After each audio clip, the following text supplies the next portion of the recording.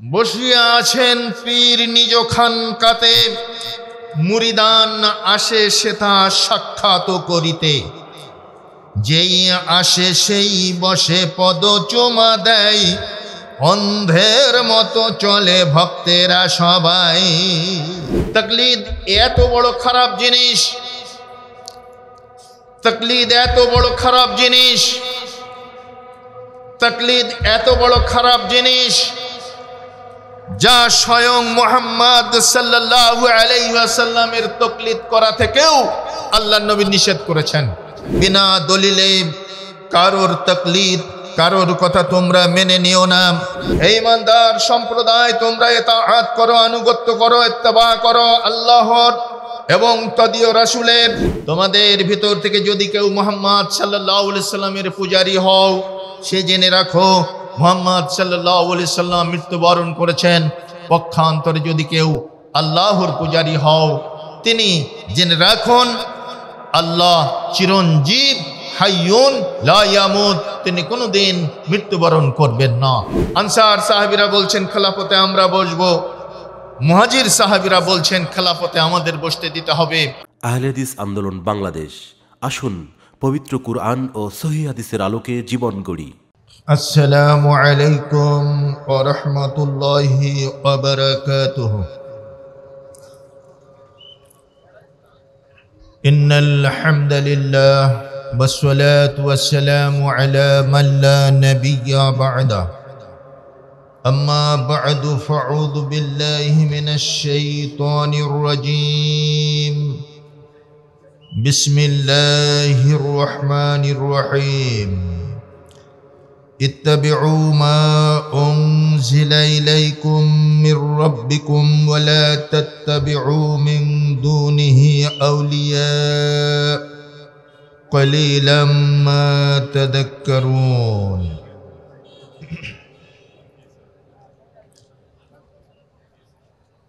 وقال تعالى في موضع آخر: أعوذ بالله من الشيطان الرجيم. بسم الله الرحمن الرحيم. من يطع الرسول فقد أطاع الله ومن تولى فما أرسلناك عليهم حفيظا. وقال النبي الأمين صلى الله عليه وسلم: إذا أمرتكم من شيء من أمر دينكم فخذوه وإذا أمرتكم بشيء من رأيي فإنما أنا بشر أو كما قال عليه الصلاة والتسليم. আহলে হাদিস আন্দোলন বাংলাদেশ 35তম তাবলীগী ইজতেমার আজকের শেষ দিনে, শেষ রাত্রির দিকে আমার আলোচনার বিষয়বস্তু হচ্ছে ইত্তেবা বনাম তাকলিদ। প্রথমে আমাদের উপলব্ধি করতে হবে ইত্তেবা শব্দের আবিধানিক অর্থ কি। আল ইত্তেবা হুয়া কবুলু কওলিল গায়রি মা'a দলিল। ইত্তেবা শব্দের অর্থ হচ্ছে অনুসরণ। আবিধানিক অর্থ, পারিভাষিক অর্থ হচ্ছে অন্যের কথা দলিল সহকারে মেনে নেওয়া। তাকলিদ শব্দের আবিধানিক অর্থ হচ্ছে, এটা কালাদাতুন শব্দ থেকে নির্গত হয়েছে, গলায় রশি বাঁধা। গলায় রশি বাঁধা থাকলে একটা পশু যেমন তার মালিকের পিছু পিছু চলতে বাধ্য হয়, তাকলিদের রশি যারা গলায় বেঁধেছে তারা স্ব ইমামের পিছু পিছু চলতে বাধ্য হয়।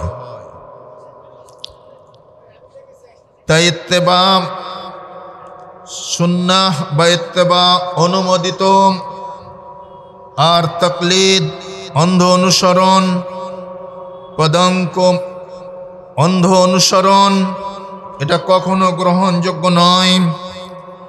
হুয়া কবুলু কওলিল গায়রে মিন গায়রে দলিল, দলিল ছাড়া অন্যের কথা গ্রহণ করার নামই হচ্ছে তাকলিদ। আল্লাহ রাব্বুল আলামিন সূরা আরাফের 3 নম্বর আয়াতে বলেন, ইত্তাবিউ মা উনজিলা ইলাইকুম মির রাব্বিকুম ওয়ালা তাত্তাবিউ মিন দুনিহি আউলিয়া কালিলাম মা তাযাক্কারুন। তোমরা অনুসরণ করো সেই জিনিসের যা তোমাদের প্রতিপালকের পক্ষ থেকে অবতীর্ণ হয়েছে, আর সেই জিনিসের অনুসরণ করো না। ওয়ালা তাত্তাবিউ মিন দুনিহি আউলিয়া, যা প্রতিপালকের পক্ষ থেকে অবতীর্ণ হয়নি এরকম কোন বিষয় যা ওলি আউলিয়াদের কাছ থেকে এসেছে, এরকম বিষয়ের অনুসরণ করো না।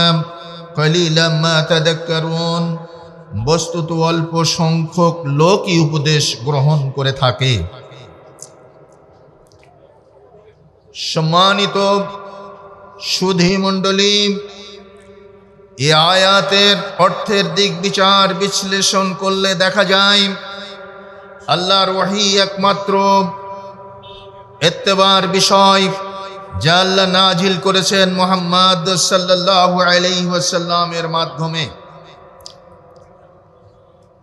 সাথে সাথে মুহাম্মদ সাল্লাল্লাহু আলাইহি ওয়াসাল্লামই একমাত্র অনুসরণীয় অনুকরণীয় ইমাম।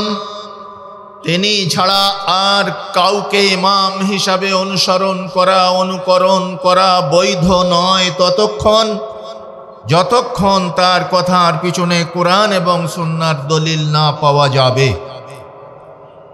একমাত্র চোখ বন্ধ করে ইমাম হিসাবে নবী মুহাম্মদ সাল্লাল্লাহু আলাইহি ওয়াসাল্লামকে মানা যেতে পারে, কারণ আল্লাহ রাব্বুল আলামিন সূরা নজমের 5 নম্বর আয়াতে বলেছেন, 3-4 নম্বর আয়াতে বলেছেন, ওয়ামা ইয়ানতিকু আনিল হাওয়া ইন হুয়া ইল্লা ওয়াহয়ু ইউহা, আমার নবী তোমাদের কাছে ওহী ব্যতিরেক কিছু বলেন না। যেহেতু নবী মুহাম্মদ সাল্লাল্লাহু আলাইহি ওয়াসাল্লাম ওহী ছাড়া কিছু বলেননি, সুতরাং তার কথা মেনে নেওয়া মানেই হচ্ছে ওহীর বিধান মেনে নেওয়া, আর ওহীর বিধান মেনে নেওয়াটাই হচ্ছে ইত্তেবা। এজন্যই আহলে হাদিস আন্দোলন বাংলাদেশ দ্ব্যর্থহীন ভাষায় এই স্লোগান বাংলাদেশের অলিতে গলিতে সহ সারা বিশ্বের বাংলা ভাষাভাষী মুসলিমদের মাঝখানে ছড়িয়ে দিয়েছে, সকল বিধান বাতিল করো, ওহীর বিধান কায়েম করো, কারণ ওহীর বিধান কায়েমের মধ্যে ইত্তেবা রয়েছে, আর ওহীর বিধান ছাড়া অন্য বিধান কায়েমের মধ্যে ইত্তেবা নেই, বরং রয়েছে তাকলিদ।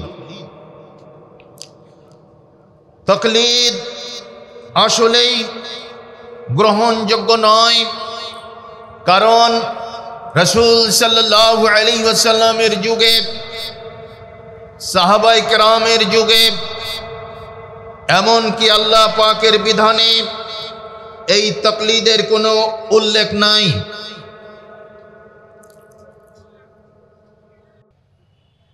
কুরআন এবং হাদিসের পরিভাষায় 2-1 জায়গায় তাকলিদের উল্লেখ পাওয়া গেলেও সেটা খারাপ অর্থে ব্যবহৃত হয়েছে। সেই তাকলিদের অর্থটা খারাপ অর্থেই এসেছে, সেটা কখনো ভালো অর্থে ব্যবহৃত হয়নি।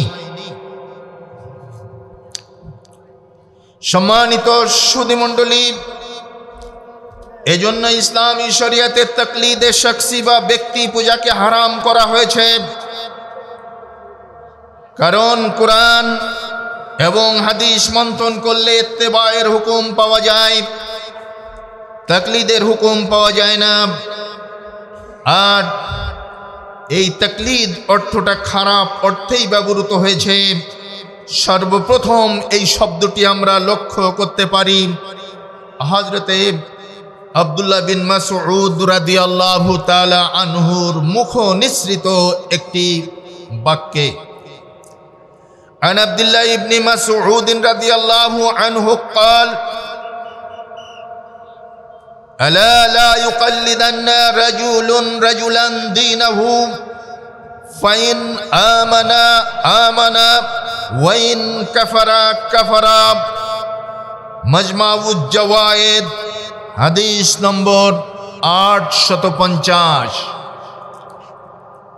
আব্দুল্লাহ ইবনে মাসউদ রাদিয়াল্লাহু তাআলা আনহু বলছেন, সাবধান, কোন ব্যক্তির তাকলিদ করো না, অন্ধ অনুসরণ করো না দ্বীনের ব্যাপারে।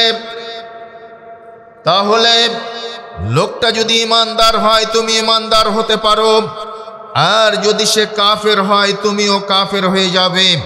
তাই বিনা দলিলে কারোর তাকলিদ, কারোর কথা তোমরা মেনে নিও না। তাকলিদ করলে লোকটার বৈশিষ্ট্যের উপরে তোমার বৈশিষ্ট্য নির্ভর করবে। সে যদি ভালো হয় তুমি হবে ভালো, সে যদি খারাপ হয় তুমি হবে খারাপ।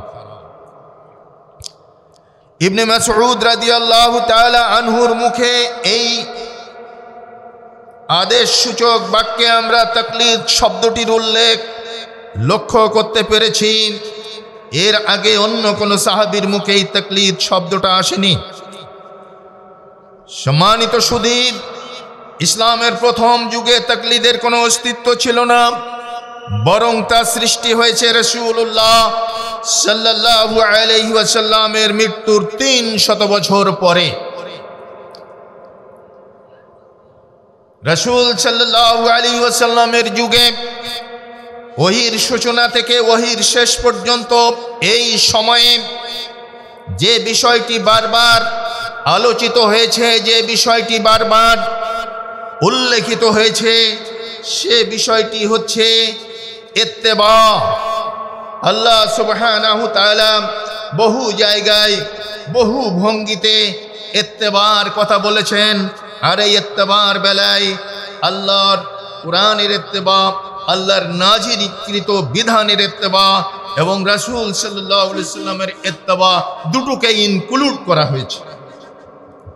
যেমন সূরা নিসার 59 নম্বর আয়াতে আল্লাহ রাব্বুল আলামিন বলেন, ইয়া আইয়ুহাল্লাযীনা আমানু আতিউল্লাহ ওয়া আতিউর রাসূল ওয়া উলিল আমরি মিনকুম ফাইন তানাজাতুম ফি শাইইন ফারুদ্দুহু ইলাল্লাহি ওয়ার রাসূল। হে ঈমানদার সম্প্রদায়, তোমরা ইতাআত করো, আনুগত্য করো, ইত্তেবা করো আল্লাহর এবং তদীয় রাসূলের, এবং যারা উলে আমর তাদের ইত্তেবা করো, তাদের অনুসরণ করো। উলে আমর কারাম এ ব্যাপারে মুফাসসিরিন ইকরাম ঐক্যমত্য পোষণ করেছেন।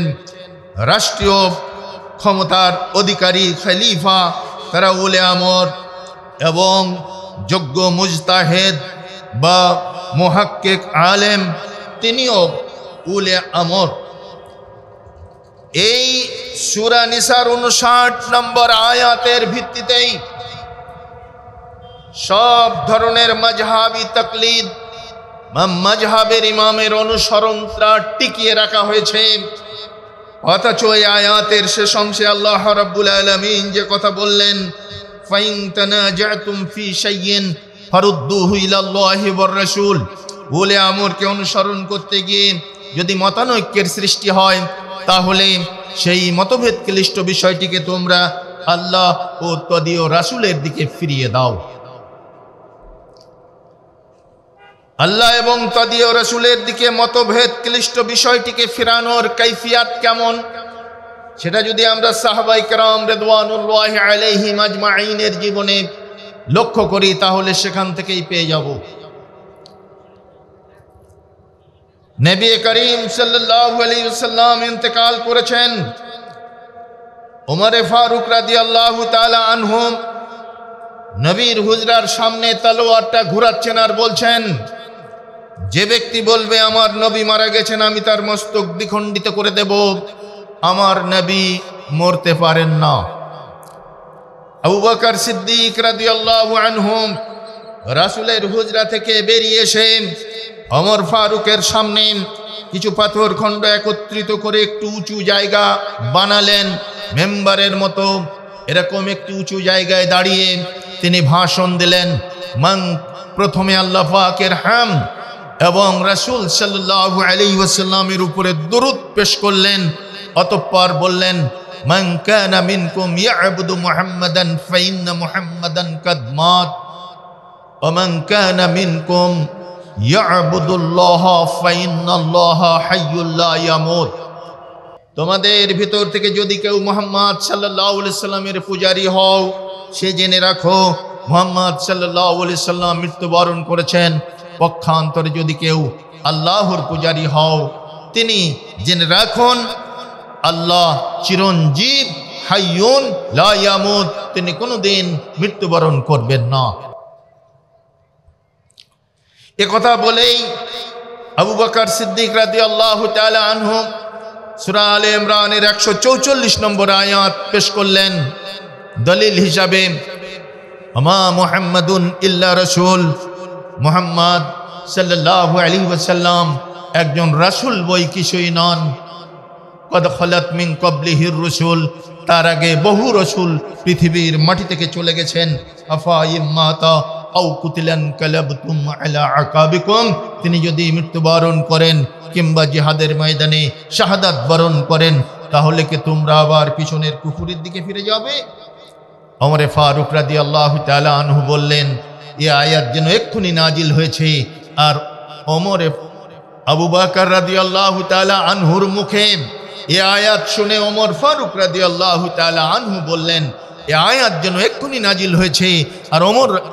আর আবু বকর রাদিয়াল্লাহু তাআলা আনহু আমাকে এই আয়াতটা পড়ে শোনালেন। তিনি তার গৃহীত সিদ্ধান্তটা প্রত্যাহার করে নিলেন। তিনি যে বলেছিলেন নবী মরতে পারেন না, আমার নবী মরেন নাই, মরতে পারে না, এই মতটা, এই সিদ্ধান্তটা তিনি প্রত্যাহার করে নিলেন আল্লাহর কোরআনের আদলে। আর এই কোরআনের দলিলটা পেশ করেছিলেন আবু বকর রাদিয়াল্লাহু তাআলা আনহু। তাহলে স্পষ্ট প্রমাণিত হয় যে উলে আমর দুজনে যদি দু রকমের মন্তব্য করেন, দু রকমের সিদ্ধান্ত দেন, সেখানে এই ইখতিলাফি সিদ্ধান্তটা, এই মতভেদ ক্লিষ্ট সিদ্ধান্তটা আল্লাহর কিতাবের দিকে ফিরিয়ে দিতে হবে। সেখান থেকে যেটা সিদ্ধান্ত হয় সেটাই মেনে নিতে হবে। 2, নবীজির লাশ 32 ঘন্টা পর্যন্ত সংরক্ষিত আছে আয়েশা রাদিয়াল্লাহু তাআলা আনহার হুজরার ভিতরে, দাফন হচ্ছে না, খেলাফতের মীমাংসা হচ্ছে না। আনসার সাহাবীরা বলছেন খেলাফতে আমরা বসবো, মুহাজির সাহাবীরা বলছেন খেলাফতে আমাদের বসতে দিতে হবে। দুদলই ইসলামের ব্যাপারে তাদের অবদানের কথা উল্লেখ করে খেলাফতের দাবিতে অনড় অবস্থানে রয়েছেন। দিন চলে গেছে। পড়ন্ত বিকেলে সাকিফায়ে বনু সায়েদায় হযরত আবু বকর সিদ্দিক রাদিয়াল্লাহু তাআলা আনহু দেখলেন দুপক্ষ আনসার আর মুহাজির দুই দিকে দাঁড়িয়ে যুদ্ধের উপক্রম হয়েছে, যে কোনো টাইমে যুদ্ধ বেঁধে যেতে পারে। এরকম একটি ক্রান্তিকালে আবার সিদ্দিকে আকবর রাদিয়াল্লাহু তাআলা আনহু কিছু পাথর খণ্ড জোগাড় করে উঁচু জায়গা বানিয়ে মেম্বারের মতো করে সেখানে দাঁড়িয়ে বললেন, ইয়া মা'শারাল আনসারি ওয়াল মুহাজিরা ফাইন্নী সামি'তু রাসূলুল্লাহি সাল্লাল্লাহু আলাইহি ওয়াসাল্লাম ইয়াকুল আল আইম্মাতু মিন কুরাইশ। আনসার আর মুহাজির সাহাবী তোমরা শোনো, আমি বিশ্ব নবী মুহাম্মদ সাল্লাল্লাহু আলাইহি ওয়াসাল্লামকে বলতে শুনেছি ইমামতের দায়িত্ব কুরাইশদের ভিতর থেকেই গ্রহণ করবে। তা মুহাজিরে মক্কি যারা, তারা ছিল কুরাইশ, আর যারা মদিনার আনসার তারা কুরাইশ ছিল না।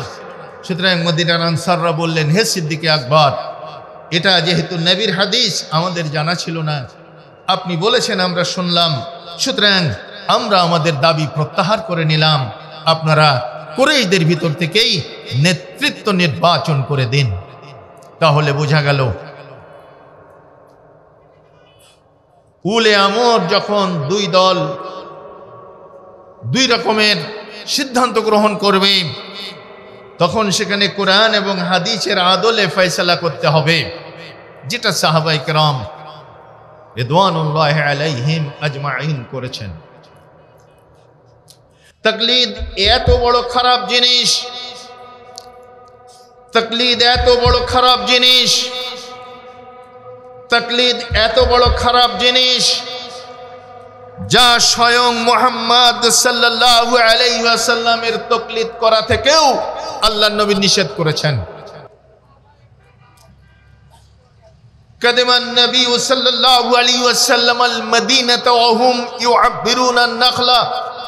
হাদিসটা মিশকাত শরীফে বাবু ইতিসামু বিল কিতাবি ওয়াস সুন্নাহ এই অধ্যায়ে এসেছে। নবী করিম সাল্লাল্লাহু আলাইহি ওয়াসাল্লাম মদিনায় গেলেন, দেখলেন মদিনার মানুষেরা খেজুর গাছের তাবির করে, পুরুষ ফুলের পরাগরেণু স্ত্রী ফুলের গর্ভাশয়ের ভিতরে মিশ্রণ করে দেয়। নবীজি বললেন, মাদা তাসনাউন, এটা তোমরা কি করো? তারা বলল, কুন্না নাসনাউহু, এটা আমরা দীর্ঘদিন থেকে করে থাকি। রাসূল সাল্লাল্লাহু আলাইহি সাল্লাম বললেন, তোমরা যদি এটা ছেড়ে দাও তাহলে ভালো হবে। ফাতারাকুহু, তারা সেটা ছেড়ে দিল। ফা নাকাসাত, অতঃপর তাদের ফসল কমে গেল। রাসূল সাল্লাল্লাহু আলাইহি সাল্লামের কাছে গিয়ে তারা রিপোর্ট করলো, ইয়া রাসূলুল্লাহ, আপনি বলেছিলেন তাবির না করলেই ভালো হবে, আমরা করিনি, কিন্তু আমাদের ফসলের পরিমাণ তো কমে গেছে, তাবির করলে তো ফসল বেশি হতো। নবীজি বললেন, শোনো, ইদা আমারতুকুম বিশাইয়্যিম মিন আমরি দীনিকুম ফাখুযু, যখন আমি তোমাদের দ্বীনের ব্যাপারে ওহীর মাধ্যমে কোনো নির্দেশনা পেশ করব, সেটা তোমরা গ্রহণ করবে। ওয়াইদা আমারতুকুম বিশাইয়্যিম মির রাই ফাইন্নামা আনা বাশার, আর যখন আমি নিজের পক্ষ থেকে নিজের রায় মাফিক কোনো কথা বলবো, তখন তোমরা মনে রাখবে, ফাইন্নামা আনা বাশার, আমি একজন মানুষ ছাড়া কিছুই নই। সুতরাং আমার কথাটা লাভজনক হলে গ্রহণ করবে, লাভজনক না হলে সেটা গ্রহণ করতে হবে না। অর্থাৎ নবীজি বললেন, আমি বললেই আমার অন্ধ অনুসরণ করো না, আমার কথার পিছনে যদি ওহীর নির্দেশনা থাকে মানবে, আমার কথা যদি ব্যক্তিগতভাবে হয়, লাভজনক হলে মানবে, অলাভজনক হলে ছেড়ে দেবে। এই হাদিসের আলোকে রাসূল সাল্লাল্লাহু আলাইহি ওয়াসাল্লামেরও তাকলিদ করা যাবে না, এটাই প্রমাণিত হয়। আল্লাহ রাব্বুল আলামিন সূরা নিসার ৮০ নম্বর আয়াতে বলেন, মান ইউতি'র রাসূলা ফাকাদ আতা আল্লাহ ওয়া মান তাওয়াল্লা ফামা আরসালনাকা আলাইহিম হাফিজা। যে ব্যক্তি রাসূল সাল্লাল্লাহু আলাইহি সাল্লামের আনুগত্য করলো, ইত্তেবা করলো, সে মূলত আল্লাহ পাকের আনুগত্য করলো, ইত্তেবা করলো। আর যারা মুখ ফিরিয়ে নিল, হে নবী, তাদের তত্ত্বাবধায়ক হিসাবে আমি তোমাকে প্রেরণ করিনি। মুখ যারা ফিরিয়ে নিয়েছে তাদের ফলাফল আল্লাহর কাছে তারা পাবে। তাদের উপরে তুমি সংরক্ষণকারী নও, তত্ত্বাবধায়ক নও, আমি সেভাবে তোমাকে তৈরি করিনি। সুতরাং ইসলামী শরিয়াতের প্রত্যেকটি পরতে পরতে যে বিষয়টি প্রতিভাত হয়, সেটা হচ্ছে ইসলামে ইত্তেবা অনুমোদিত, তাকলিদ অনুমোদিত নয়। তাই তাকলিদের শখসি বা অন্ধ ব্যক্তি পূজার, তাকলিদের শখসি বা অন্ধ ব্যক্তি পূজার অপনোদন, এটা অত্যন্ত একটি গুরুত্বপূর্ণ বিষয়। এজন্য আহলে হাদিস আন্দোলন 5টি মূল নীতি আমাদের সামনে পেশ করেছে।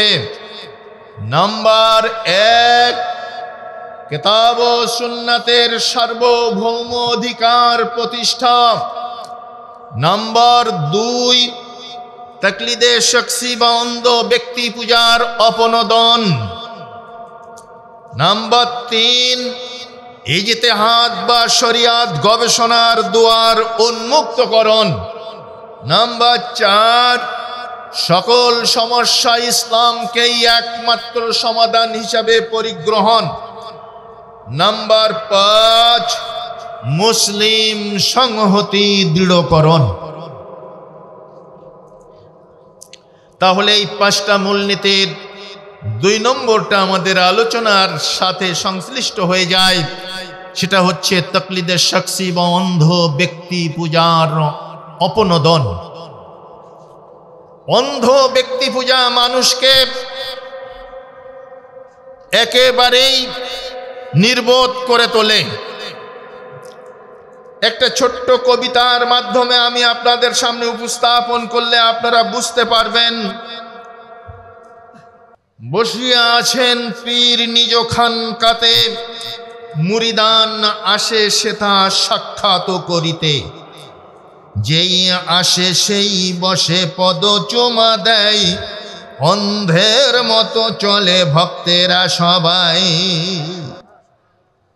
পীরজি বলেন 2 মুরিদানে ডেকে, গাভীটি গোয়ালে বাঁধা নিয়ে যাও ওকে। 4 দুধ দেয় গাভীটি আমার, বেচিবার তরে যাও লইয়া বাজার। কিন্তু গাই নেই 2 দেছে ছেড়ে, কিন্তু গাই নেই 2 দেছে ছেড়ে, বেঁধে রেখে দেছে সে তা পোষা এক এড়ে। ভক্তগণ যাইয়া সেই এড়েকে লইয়া, বেচিবার তরে গেল বাজারও চলিয়া। হাক ডাক করে বলে বেচিব হে গাই, 4 দুধ দেয় টাকা 80 চাই।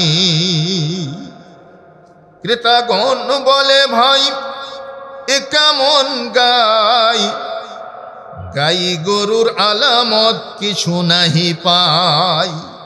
ভক্তগণ বলে ভাই এটা ঠিকই গাই, কারণ বলেছেন পীরজি সন্দেহ কিছু নাই। ক্রেতাগণ বলে ভাই দেখো না হল, গাই গরু তবু বলো এমনই পাগল। ক্রেতাগণ বলে ভাই দেখো না হল, গাই গরু তবু বলো এমনই পাগল।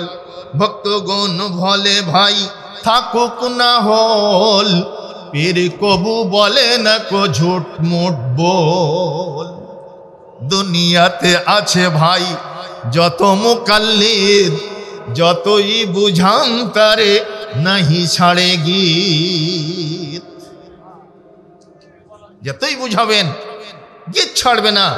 এজন্য মুকাল্লিদ হওয়া যাবে না। গাই গরু না এড়ে গরু সেটা আলামত দেখে নিজেই সিদ্ধান্ত নিতে হবে। পীর বললেই গাইকে এড়ে বানানো যাবে না, আবার এড়েকে গাই বানানো যাবে না। এটাই হচ্ছে তাকলিদের অপকারিতা। সম্মানিত সুধী মণ্ডলী, বলছিলাম ইসলামের প্রথম যুগে তাকলিদের কোনো অস্তিত্ব ছিল না। নবী করিম সাল্লাল্লাহু আলাইহি সাল্লামের মৃত্যুর 200 বছর পরে তাকলিদের উৎপত্তি হয়েছে। এ ব্যাপারে আবু তালেব আল মক্কি রাহিমাহুল্লাহ তিনি বলেন, আল ফুতিয়া বিমাযহাবিল ওয়াহিদ মিনান নাস ওয়া ইনতিহাহু কওলিহি ওয়াল হিকায়াতু লাহু ফি কুল্লি শাইইন ওয়াত্তাফাক্কুহু আলা মাযহাবিহি মুহদাস। তিনি বলছেন যে কোনো একটি মাযহাবের অনুকূলে ফতোয়া প্রদান করা এবং সেই বিষয়টিকে চূড়ান্ত মনে করা এবং সব ব্যাপারে হিকায়েত পেশ করা, বর্ণনা পেশ করা এবং তাফাক্কুহু আলা মাযহাবিহি নির্দিষ্ট একটি মাযহাবের বুঝ অনুযায়ী ফতোয়া প্রদান করা।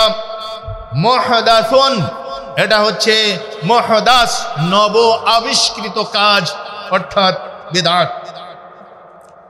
লাম ইয়াকুনিন নাসু কাদিমান আলা যালিকা ফিল कर्निल अव्वले व सानी ইসলামের প্রথম শতাব্দীতে দ্বিতীয় শতাব্দীতে এরকম পুরনো যুগে এই তাকলিদ বা ব্যক্তি বিশেষের রায়কে চূড়ান্ত মনে করার কোনো নমুনা এটা বিদ্যমান ছিল না। কুতুল কুলুব ফি মুআমালাতিল মাহবুব প্রথম খণ্ড 262 পৃষ্ঠা 272 পৃষ্ঠা।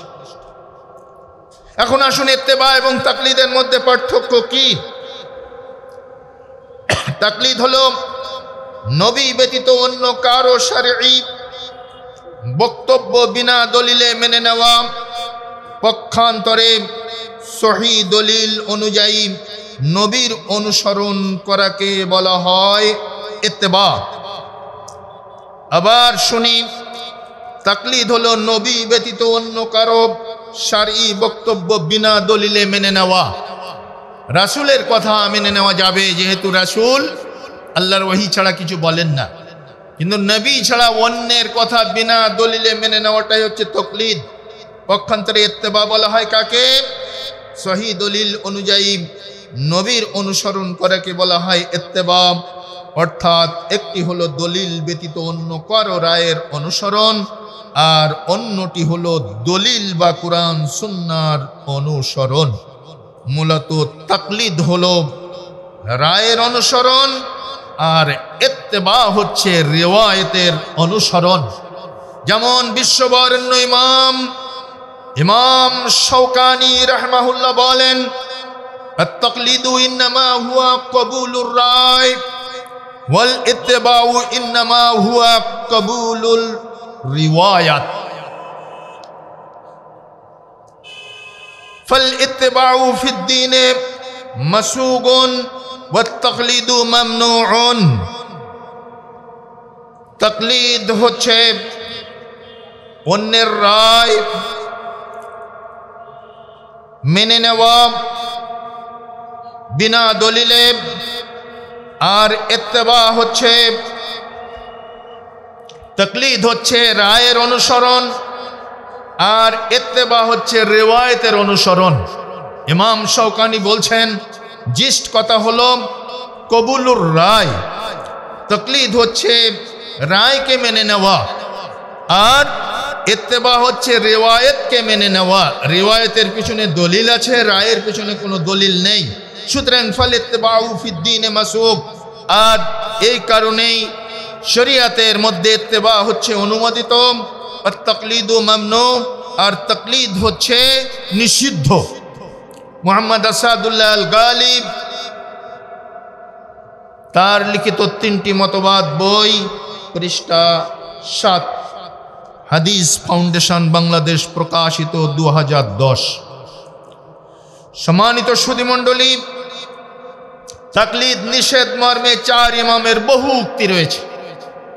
আমি এখানে 4 ইমাম থেকে মাত্র গোটা 4-5 উক্তি প্রকাশ করেই উপসংহারে চলে যাব ইনশাআল্লাহ। প্রথমত আমরা দেখব ইমামে আজম আবু হানিফা রাহমাহুল্লাহ, যিনি 80 হিজরিতে জন্মগ্রহণ করে 150 হিজরি সালে ইন্তেকাল করেছিলেন। তিনি বলছেন, যা সহিহ হাদিসু ফাওয়া মাযহাবি, হে আমার অনুসারীরা শুনে রেখে দাও, যখন কোন সহিহ হাদিস পাবে সেটাই আমার মাযহাব জানবে, ওটাই আমার মাযহাব। তিনি আরো বলছেন, লা ইয়াহিল্লু লিআহাদিন আই আখুযা বিকাউলিনা মা লাম ইয়ালাম মিন আইনা আখাজনাহু। কোন ব্যক্তির পক্ষে আমার কথা দলিল হিসাবে গ্রহণ করা বৈধ নয় যতক্ষণ সে জানতে না পারবে আমি কোথা থেকে কথাটা গ্রহণ করেছি। এর প্রত্যেকটা রেফারেন্স রয়েছে, আমি সময়ের অভাবে রেফারেন্সগুলো বলছি না।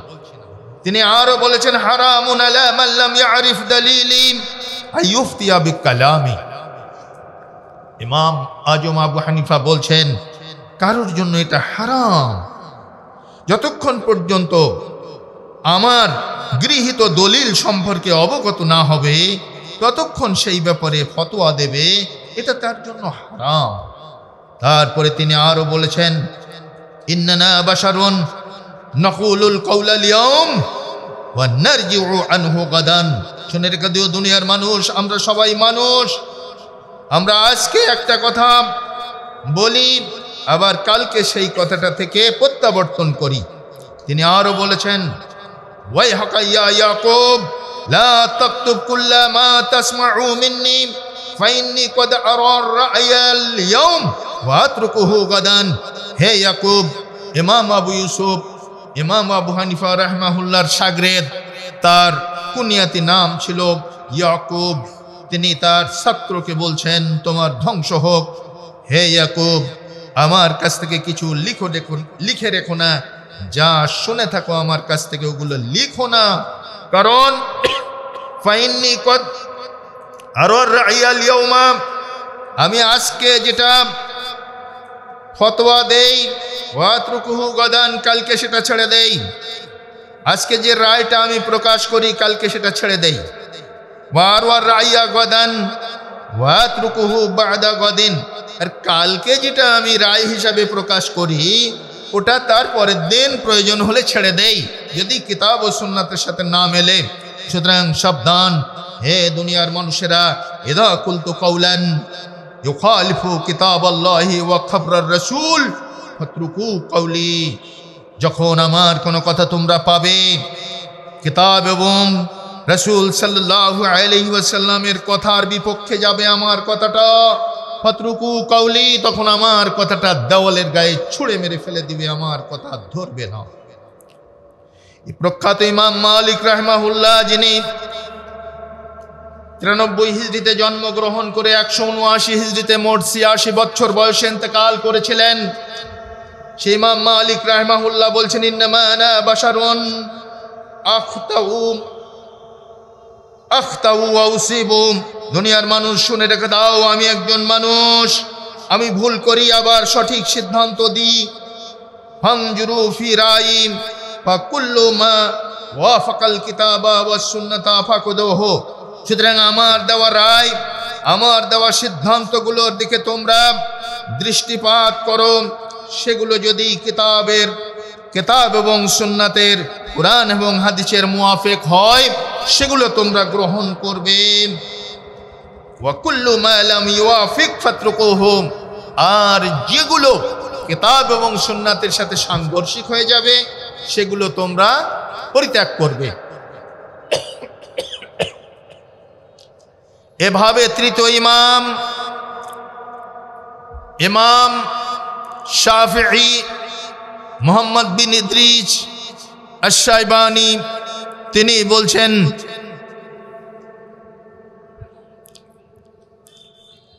ইযা ওয়াজাদতুম ফি কিতাবি খিলাফ রাসূলিল্লাহি সাল্লাল্লাহু আলাইহি ওয়াসাল্লাম ফাকুলু বিসুন্নতি রাসূলিল্লাহি সাল্লাল্লাহু আলাইহি ওয়াসাল্লাম। দেখো, তোমরা যখন আমার কিতাবের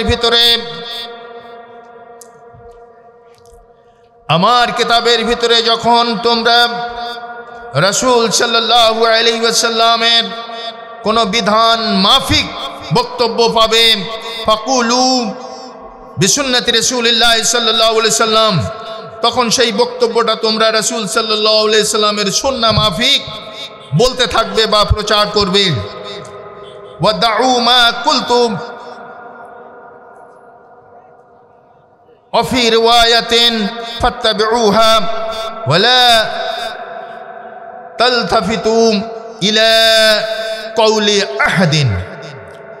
অর্থাৎ রাসূল সাল্লাল্লাহু আলাইহি সাল্লামের কথার মুআফিক হলে আমার কথাটা মানবে, ধরবে, আর রাসূল সাল্লাল্লাহু আলাইহি সাল্লামের কথার মুআফিক যদি না হয়, আমার কথাটা ছেড়ে দেবে। দাউ মা কুলতু, আমি যা বলেছি সেটা ছেড়ে দেবে। এরপরে আরেকটা রিওয়ায়াতে এসেছে, রাসূলের কথার সাথে মিলে গেলে আমার কথাটার ইত্তেবা করবে, আর যদি ওয়ালা তালতাফিতু ইলা কওলি আহাদিন, কারুর কথার দিকে তোমরা দৃকপাত করবে না, দেখবে না, শুধুমাত্র নবী সাল্লাল্লাহু আলাইহি সাল্লামের কথার দিকে দৃকপাত করবে। ইমাম শাফিঈ রাহমাহুল্লাহ আরো বলছেন, কুল্লু হাদিসিন আনিন নবী সাল্লাল্লাহু আলাইহি ওয়াসাল্লাম ফাহুয়া কওলি ওয়া ইন লাম তাসমাউহু মিন্নি। দেখো, রাসূল সাল্লাল্লাহু আলাইহি সাল্লামের হাদিস পেলে সেটাকেই তোমরা গ্রহণ করবে, যদিও আমার কাছ থেকে কোনোদিন সেই হাদিসটা তোমরা শোনোনি, তবুও সেটা মানবে। যেহেতু হাদিসটা হয়তো আমি জানতাম না, তাই আমি তোমাদের শোনাতে পারিনি। রাসূলের হাদিস শুনতে পেলে সেটা তোমরা মেনে নিও, আমার কথাকে অগ্রাধিকার দিও না। সর্বশেষ ইমাম আহমদ বিন হাম্বল রাহমাহুল্লাহ তাকলিদের ব্যাপারে শক্ত করে কথা বললেন। লা তুকাল্লিদনি ওয়ালা তুকাল্লিদ মালিকান ওয়ালা শাফিঈয়া ওয়ালা আল-আউজাঈয়া ওয়ালা আল-থাওরিয়া ওয়া খুয মিন হাইসু আখাযু। হে আমার অনুসারীরা শোনো, হে জগতের মুসলমানেরা শোনো, লা তুকাল্লিদনি ওয়ালা তুকাল্লিদ মালিকান, আমি আহমদ বিন হাম্বল আমার তাকলিদ তোমরা করো না, তোমরা মালিকের তাকলিদ করো না, শাফিঈর তাকলিদ করো না, আউজাঈর তাকলিদ করো না, ইমাম সুফিয়ান সাউরি তার তাকলিদ করো না। অখুদ মিন হাইসু আখাযু, তোমরা গ্রহণ করো সেখান থেকে যেখান থেকে তারা গ্রহণ করেছে দলিল, অর্থাৎ পবিত্র কোরআন এবং সুন্নাহ ভিত্তিক দলিল তোমরা গ্রহণ করো। খবরদার অন্ধ অনুসরণ তোমরা করবে না। সম্মানিত সুধী মণ্ডলী, আহলে হাদিস আন্দোলন বাংলাদেশ তাই দুনিয়ার মানুষের সামনে এই দাওয়াতই পেশ করতে চায় যে পবিত্র কোরআন এবং সুন্নাহর ইত্তেবা করতে হবে, তাহলে ইহকালীন জীবন এবং পরলৌকিক জীবনের মুক্তি নিশ্চিত হবে ইনশাআল্লাহ। আর যদি আমরা তাকলিদ করি, অন্ধ ব্যক্তি পূজার অনুসরণ করি, তাহলে দুনিয়াতেও সফল কাম হতে পারবো না, আখিরাতেও মুক্তি লাভ করতে পারবো না। তাই আসুন জীবনের প্রত্যেকটি ক্ষেত্রে আমরা তাকলিদ, অন্ধ অনুসরণ পরিহার করে ইত্তেবা, কোরআন সুন্নাহ ভিত্তিক, আদিল্লা ভিত্তিক কথাগুলো গ্রহণ করি, বিষয়গুলো গ্রহণ করি।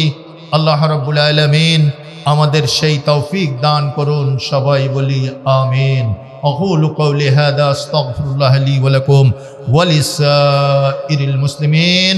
السلام عليكم ورحمة الله وبركاته.